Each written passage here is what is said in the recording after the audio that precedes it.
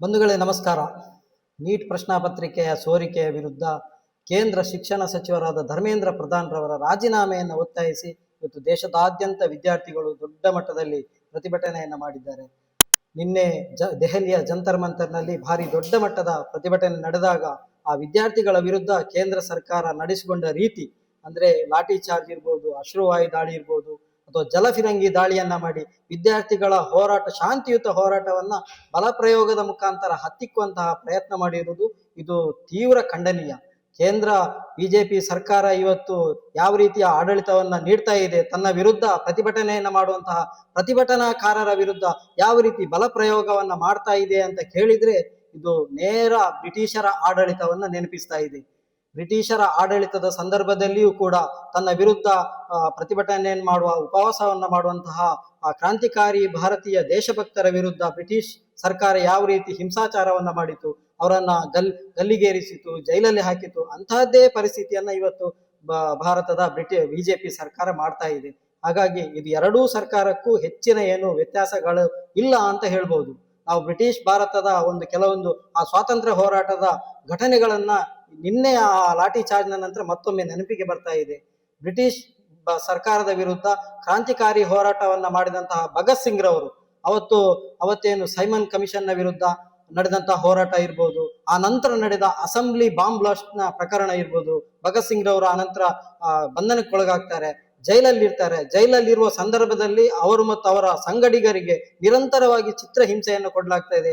ಅವರಿಗೆ ಉತ್ತಮ ಆಹಾರವನ್ನು ಕೊಡುವುದಿಲ್ಲ, ಅವರಿಗೆ ಒಳ್ಳೆಯ ಬಟ್ಟೆ ಬರೆಗಳನ್ನ ಕೊಡೋದಿಲ್ಲ, ಅವರಿಗೆ ದಿನಪತ್ರಿಕೆಗಳನ್ನ ಕೈಗೆ ಸಿಗೋದಕ್ಕೆ ಬಿಡೋದಿಲ್ಲ, ಒಳ್ಳೆಯ ಪುಸ್ತಕವನ್ನ ಅವರಿಗೆ ಓದೋದಕ್ಕೆ ಬಿಡೋದಿಲ್ಲ, ಕೊಡ್ತಾ ಇಲ್ಲ. ಇದೆಲ್ಲವನ್ನ ಬ್ರಿಟಿಷ್ ಸರ್ಕಾರದ ಈ ನೀತಿಯ ವಿರುದ್ಧ ಭಗತ್ ಸಿಂಗ್ ರವರು ಜೈಲಿನಲ್ಲೇ ಹೋರಾಟವನ್ನ ಮಾಡ್ತಾರೆ. ನಿರಂತರ 63 ದಿನಗಳ ಕಾಲ ನಿರಂತರ ಉಪವಾಸ ಸತ್ಯಾಗ್ರಹವನ್ನ ಮಾಡ್ತಾರೆ. ಅವರ ಉಪವಾಸ ಯಾವ ರೀತಿ ಇತ್ತಂದ್ರೆ ಯಾವುದೇ ನಿರಾಹಾರ, ಯಾವುದೇ ಆಹಾರವನ್ನ ಸೇವಿಸದೆ 63 ದಿನಗಳ ಕಾಲ ನಿರಂತರ ಹೋರಾಟ ಮಾಡಿದ ಪರಿಣಾಮವಾಗಿ ಬ್ರಿಟಿಷ್ ಸರ್ಕಾರ ಅವರಿಗೆ ಭಯ ಬೀಳ್ತದೆ. ಬಲಾತ್ಕಾರವಾಗಿ ಆ ಎಲ್ಲ ಖೈದಿಗಳಿಗೆ, ಹೋರಾಟಗಾರರಿಗೆ ಬಲಾತ್ಕಾರವಾಗಿ ಆಹಾರವನ್ನ ಕೊಡುವಂತಹ ಪ್ರಯತ್ನವನ್ನ ಮಾಡ್ತದೆ. ಮೂಗಿನ ಮುಖಾಂತರ ಅವರಿಗೆ ಹಾಲನ್ನು ಕೊಡುವಂತಹ ಪ್ರಯತ್ನವನ್ನ ಮಾಡ್ತದೆ. ಆ ಸಂದರ್ಭದಲ್ಲಿ ಭಗತ್ ಸಿಂಗ್ ರವರ ಸಂಗಡಿಗರಾಗಿದ್ದ ಜತಿನ್ ದಾಸ್ ಎನ್ನುವಂತಹ ಹೋರಾಟಗಾರರು ಬಲಿದಾನ ಆಗ್ತದೆ, ಅವರು ಸಾವನ್ನಪ್ತಾರೆ. ಈ ಎಲ್ಲ ಪ್ರಕರಣದಿಂದ ಬ್ರಿಟಿಷ್ ಸರ್ಕಾರ ಭಯ ಬೀಳ್ತದೆ. ತಕ್ಷಣ ಭಗತ್ ಸಿಂಗ್ ರವರ 63 ದಿನದ ಹೋರಾಟಕ್ಕೆ ಸ್ಪಂದನೆಯನ್ನ ಮಾಡ್ತಾರೆ. ಅವರಿಗೆ ಬೇಕಾದಂತಹ ಎಲ್ಲ ವ್ಯವಸ್ಥೆಯನ್ನ ಜೈಲಿನೊಳಗೆ ಬ್ರಿಟಿಷ್ ಸರ್ಕಾರ ನೀಡ್ತದೆ. ಈಗ ವ್ಯತ್ಯಾಸ ಇರುವುದೇನೆಂದ್ರೆ, ಬ್ರಿಟಿಷ್ ಸರ್ಕಾರ ನಮ್ಮ ದೇಶದ ಸ್ವಾತಂತ್ರ್ಯ ಹೋರಾಟಗಾರರಿಗೆ ಸ್ಪಂದನೆಯನ್ನ ಮಾಡ್ತದೆ, ಆದ್ರೆ ನಮ್ಮದೇ ದೇಶ, ನಾವೇ ಆಯ್ಕೆ ಮಾಡಿ ಕಳಿಸಿದಂತಹ ಮೋದಿ ಸರ್ಕಾರ ಇವತ್ತು ನಮ್ಮ ಪ್ರತಿಭಟನೆಗೆ ಸ್ಪಂದನೆ ಮಾಡುವುದರ ವಿರುದ್ಧವಾಗಿ ಅವರ ವಿರುದ್ಧ ಲಾಠಿ ಚಾರ್ಜ್ ಮಾಡ್ತದೆ. ಅಂದ್ರೆ ಬ್ರಿಟಿಷರಿಗೂ ಇವರಿಗೂ ಎಂತಹ ವ್ಯತ್ಯಾಸ ಇದೆ. ಬ್ರಿಟಿಷರಾದ್ರೂ ಅಟ್ಲೀಸ್ಟ್ ನಮ್ಗೆ ಕೊನೆ ಪಕ್ಷ ಸ್ಪಂದನೆಯನ್ನ ಮಾಡ್ತಾ ಇದ್ರು, ಆದ್ರೆ ಇವತ್ತು ಮೋದಿ ಸರ್ಕಾರ ಅದಕ್ಕಿಂತಲೂ ಸರ್ವಾಧಿಕಾರಿ ಧೋರಣೆಯನ್ನ ಮಾಡ್ತಾ ಇರುವುದು ಇದು ತೀರಾ ಖಂಡನೀಯ. ವಿದ್ಯಾರ್ಥಿಗಳು ಭಾರತದ ಭವಿಷ್ಯ. ಭಾರತದ ಇವತ್ತು ಏನು ಹೋರಾಟವನ್ನ ಮಾಡ್ತಾ ಇದ್ದಾರೆ, ಆ ವಿದ್ಯಾರ್ಥಿಗಳು ಏನು ಮೋದಿಜಿಯವರ ಪ್ರಧಾನಮಂತ್ರಿ ಸ್ಥಾನವನ್ನ ಕೇಳಲಿಲ್ಲ. ಆ ವಿದ್ಯಾರ್ಥಿಗಳು ಏನು ಧರ್ಮೇಂದ್ರ ಪ್ರಧಾನ್ ರವರ ಸ್ಥಾನ ಶಿಕ್ಷಣ ಮಂತ್ರಿ ನಮ್ಗೆ ಕೊಡಿ ಅಂತ ಅವ್ರು ಕೇಳಿಲ್ಲ. ಕೇವಲ ಅವರು ಕೇಳ್ತಾ ಇರುವುದು ನಮ್ಮ ಪ್ರಶ್ನಾಪತ್ರಿಕೆಯನ್ನು ಸೋರಿಕೆ ಮಾಡಿದಂತಹ ಧರ್ಮೇಂದ್ರ ಪ್ರಧಾನ್ ರವರ ರಾಜೀನಾಮೆಯನ್ನು ಕೇಳ್ತಾ ಇದ್ದಾರೆ. ಆ ಪ್ರಶ್ನಾಪತ್ರಿಕೆ ಏನು ಪರೀಕ್ಷಾ ಒಟ್ಟು ಅವರದ್ದು ಪರೀಕ್ಷಾ ಕ್ರಮ ಇದೆ, ಅದನ್ನು ಮತ್ತೊಮ್ಮೆ ಸರಿಪಡಿಸಿ ಅಂತ ಕೇಳ್ತಾ ಇದ್ದಾರೆ. ಶಿಕ್ಷಣ ವ್ಯವಸ್ಥೆಯನ್ನು ಸರಿಪಡಿಸಿ ಅಂತ ವಿದ್ಯಾರ್ಥಿಗಳು ಹೋರಾಟ ಮಾಡ್ತಾ ಇದ್ರೆ ಅವರ ವಿರುದ್ಧ ನೀವು ಅಶ್ರುವಾಯು ದಾಳಿಯನ್ನ ಮಾಡುವುದು, ಜಲಫಿರಂಗಿ ದಾಳಿಯನ್ನ ಮಾಡುವುದು, ಲಾಠಿ ಚಾರ್ಜ್ ಮಾಡುವುದು. ಪಾಪ ಎಷ್ಟೋ ವಿದ್ಯಾರ್ಥಿಗಳನ್ನ ನಾವು ನಿನ್ನೆ ನೋಡಿದ್ದೇವೆ. ಎಷ್ಟೋ ವಿದ್ಯಾರ್ಥಿಗಳ ತಲೆಯನ್ನು ಒಡೆದಾಕಿದ್ದಾರೆ ಇವರು. ಎಷ್ಟೋ ವಿದ್ಯಾರ್ಥಿಗಳ ಕೈಕಾಲುಗಳಿಗೆ ಏಟಾಗಿದೆ, ರಕ್ತ ಸುರಿತಾ ಇದೆ. ತಮ್ಮದೇ ದೇಶದ ವಿದ್ಯಾರ್ಥಿಗಳ ವಿರುದ್ಧ ಇಷ್ಟು ದೊಡ್ಡ ಮಟ್ಟದ ಹಿಂಸಾಚಾರವನ್ನ ಮಾಡಿದಂತಹ ಮೋದಿ ಸರ್ಕಾರಕ್ಕೆ ನಾಚಿಕೆ ಆಗ್ಬೇಕ್ರಿ ನಿಮ್ಗೆ. ನಿಮ್ಮ ವಿರುದ್ಧ ಹೋರಾಟ ಮಾಡುವಂತಹ ವಿದ್ಯಾರ್ಥಿಗಳೇನು ಅವರು ಪಾಕಿಸ್ತಾನದಿಂದ ಬಂದವರ ಅಥವಾ ಬಾಂಗ್ಲಾದೇಶದಿಂದ ಬಂದವರ? ಅವರು ನಮ್ಮದೇ ದೇಶದ ಭವಿಷ್ಯರೇ ಅವರು. ನಿಮ್ಮ ನೀಟ್ ಪ್ರಶ್ನೆಯ ಸೋರಿಕೆಯಿಂದಾಗಿ 20ಕ್ಕೂ ಅಧಿಕ ವಿದ್ಯಾರ್ಥಿಗಳ ಆತ್ಮಹತ್ಯೆಯನ್ನ ಮಾಡಿದ್ದಾರೆ. ಅವರ ವಿರುದ್ಧ ಟಿಯರ್ ಗ್ಯಾಸ್ ಅನ್ನ ಪ್ರಯೋಗ ಮಾಡ್ತೀರಿ. ಆ ವಿದ್ಯಾರ್ಥಿಗಳ ಪರವಾಗಿ ಯಾರೂ ಕೂಡ ಅದನ್ನು ಕೇಳುವವರಿಲ್ಲ.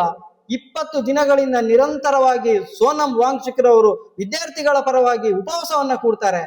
ಅವರ ಉಪವಾಸದ ಬೇಡಿಕೆ ಏನು ಅದನ್ನು ಕೇಳಬೇಕಾಗಿರುವಂತಹ ಕೇಂದ್ರ ಸರ್ಕಾರ ತನ್ನ ನನ್ನ ಪ್ರತಿನಿಧಿಯನ್ನ ಕಳಿಸಬೇಕಾಗಿತ್ತು. ಸೋನಂ ವಾಂಗ್ಚುಕ್ ಅವರ ಜೊತೆ ಮಾತನಾಡಬೇಕಾಗಿತ್ತು. ಇದು ಯಾವುದನ್ನು ಕೂಡ ಮಾಡದೆ ಬಲಾತ್ಕಾರವಾಗಿ ಸೋನಂ ವಾಂಗ್ಚುಕ್ ಅವರನ್ನ ಎತ್ತಿಕೊಂಡೋಗಿ ಆಸ್ಪತ್ರೆಯಲ್ಲಿ ಆಗ್ತದೆ. ಅವರಿಗೆ ಬಲ ಪ್ರಯೋಗದಿಂದ ಆಹಾರವನ್ನು ಕೊಡ್ತಾರೆ. ಏನ್ರಿ ಇದೆಲ್ಲ? ಇದು ಕೇಂದ್ರ ಮೋದಿ ಸರ್ಕಾರದ ಇದೇನು ಬ್ರಿಟಿಷ್ ಸರ್ಕಾರನ ಇದು? ತನ್ನ ವಿರುದ್ಧ ಹೋರಾಟ ಮಾಡುವಂತವರ ಜೊತೆ ಒಂದು ಕುಳಿತು 5 ನಿಮಿಷ ಮಾತನಾಡುವಂತಹ ವ್ಯವಧಾನ ಇಲ್ವಾ? ಇವತ್ತು ಆ ಸರ್ಕಾರಕ್ಕೆ ಸಂವೇದನಶೀಲತೆಯನ್ನು ಕಳ್ಕೊಂಡು ಬಿಟ್ಟಿದಾರ. ಟಿಯರ್ ಗ್ಯಾಸ್ ಅನ್ನ ಪ್ರಯೋಗ ಮಾಡಿದ್ರಂತ. ಆ ಟಿಯರ್ ಗ್ಯಾಸಿನ ಬಗ್ಗೆ ಇವತ್ತು ಚರ್ಚೆ ಆಗ್ತಾ ಇದೆ. 2012ರಲ್ಲಿ ಏನೋ ಇದ್ದಂತಹ ಹಳೆಯ ಒಂದು ಡೇಟ್ ಬಾರದಂತಹ ಟಿಯರ್ ಗ್ಯಾಸ್ ಅನ್ನ ಮಕ್ಕಳ ವಿರುದ್ಧ ಪ್ರಯೋಗ ಮಾಡ್ತಿರಲ್ರಿ. ನಾಳೆ ಆ ಮಕ್ಕಳ ಆರೋಗ್ಯ ಏನಾದ್ರೂ ಕೆಟ್ಟೋದ್ರಿ ಯಾರಿದಾರ್ರಿ? ಇದಕ್ಕೆಲ್ಲ ಯಾರು ಹೊಣೆ? ಈಗಾಗಲೇ 20ಕ್ಕೂ ಅಧಿಕ ಮಕ್ಕಳು ಆತ್ಮಹತ್ಯೆ ಮಾಡಿಕೊಂಡಿದ್ದಾರೆ. ಈಗ ಮತ್ತೆ ಅವರ ವಿರುದ್ಧ ಟಿಯರ್ ಗ್ಯಾಸ್ ಏನ್ರಿ ಇದೆಲ್ಲ? ಅಂತಹ ದೊಡ್ಡ ತಪ್ಪು ಏನ್ ಮಾಡಿದ್ರು ಅವರು? ಏನಾದ್ರು ದಾಳಿ ಮಾಡಿದ್ರಾ? ಹಿಂಸಾಚಾರ ಮಾಡಿದ್ರ? ಏನೂ ಇಲ್ಲ. ಶಾಂತಿಯುತ ಪ್ರತಿಭಟನೆ, ಯಾವುದೇ ಒಂದು ಗೊಂದಲಗಳಿಗೆ ಎಡೆ ಮಾಡದೆ ಶಾಂತಿಯುತ ಪ್ರತಿಭಟನೆ ಮಾಡ್ತಿದ್ದಂತಹ ವಿದ್ಯಾರ್ಥಿಗಳ ವಿರುದ್ಧ ಸರ್ವಾಧಿಕಾರಿ ಧೋರಣೆಯಿಂದ ಮಾಡಿದಂತಹ ಮೋದಿ ಸರ್ಕಾರದ ದಾಳಿ ಏನಿದೆ ಇದು ಅತ್ಯಂತ ಖಂಡನೀಯ. ಬಹುಶಃ ಇದು ಸ್ವತಂತ್ರ ಭಾರತದ ನಂತರ ಈ ರೀತಿಯಂತಹ ಒಂದು ವಿದ್ಯಾರ್ಥಿಗಳ ವಿರುದ್ಧ ಕ್ರಮ ಕೈಗೊಂಡಂತಹ ಪ್ರಧಾನಿ ಬೇರೆ ಯಾರೂ ಈ ಭಾರತ ಕಂಡಿಲ್ಲ. ಮೋದಿಯಂತಹ ಒಂದು ಕ್ರೂರಿ ಪ್ರಧಾನಿಯನ್ನ ಭಾರತ ಯಾವತ್ತೂ ಕಂಡಿಲ್ಲ. ಹಾಗಾಗಿ ಮತ್ತೊಮ್ಮೆ ನಾವು ಕೇಂದ್ರ ಸರ್ಕಾರದಲ್ಲಿ ವಿನಂತಿಯನ್ನ ಮಾಡ್ತೇವೆ.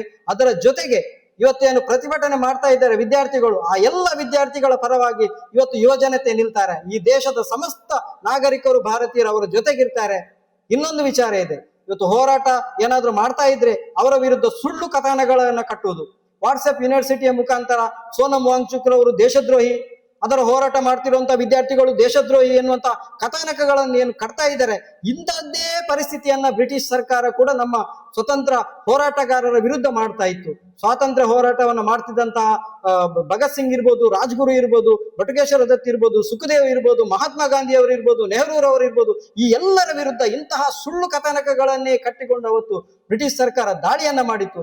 ಅದರ ಪಡಿಯಚ್ಚಿನ ರೀತಿಯ ಇವತ್ತು ಬಿಜೆಪಿ ಆಡಳಿತ, ಮೋದಿ ಸರ್ಕಾರ ನಮ್ಮ ಹೋರಾಟಗಾರರ ವಿರುದ್ಧ ಕ್ರಮಗಳನ್ನು ಕೈಗೊಳ್ತಾ ಇದೆ. ಇದೆಲ್ಲವೂ ಖಂಡನೀಯ. ಇಂತಹದ್ದು ಆಗ್ಬಾರ್ದು. ಯಾಕಂದ್ರೆ ಭಾರತ ಸಂವಿಧಾನ ಪ್ರಜಾಪ್ರಭುತ್ವ ರಾಷ್ಟ್ರ.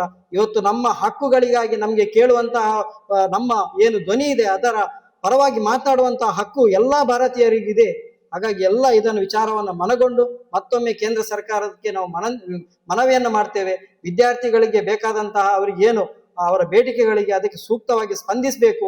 ಈ ದೇಶದ ಭವಿಷ್ಯವಾಗಿರುವಂತಹ ವಿದ್ಯಾರ್ಥಿಗಳಿಗೆ ಮತ್ತೊಮ್ಮೆ ಒಳ್ಳೆಯ ರೀತಿಯ ಭವಿಷ್ಯವನ್ನು ಕಟ್ಟಿಕೊಳ್ಳುವಂತಹ ವ್ಯವಸ್ಥೆಯನ್ನ ಮಾಡಬೇಕು ಎನ್ನುವ ಮುಖಾಂತರ ಎಲ್ರಿಗೂ ಧನ್ಯವಾದಗಳು.